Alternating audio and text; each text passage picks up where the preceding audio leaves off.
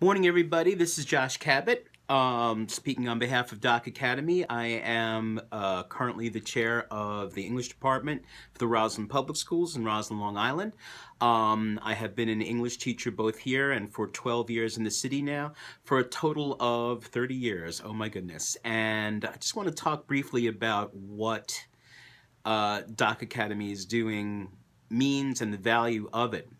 First of all, when I started teaching, I teach both English and film history and theory. And when I started teaching film history and theory, which was about 20 years ago, film was definitely sort of an ancillary literacy. It was something that was secondary in addition to printed text. We've come to a point now, obviously, where media literacy is not ancillary. It is literacy because we have a generation of students who are raised on screens and get 80, 85, 90% of their information from one screen or another. So, it's always been my belief, the old light a candle or curse the darkness cliche, that we can either bemoan the fact that people don't read as much as they used to, or if they are going to watch, we can teach them to be active, educated watchers rather than just passive absorbers of image. And it turns out that our kids are as fluent in understanding and manipulating images as my generation was with manipulating text and understanding text. So it is meeting them where they live, and I think that's critical.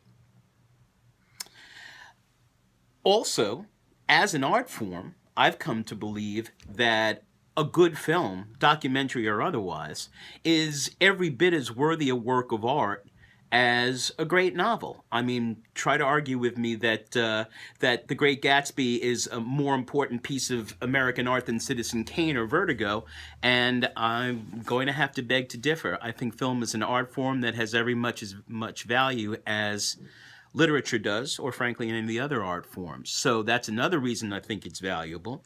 And finally, I have spent most of my career trying to look for ways to combine English with other fields, particularly social studies.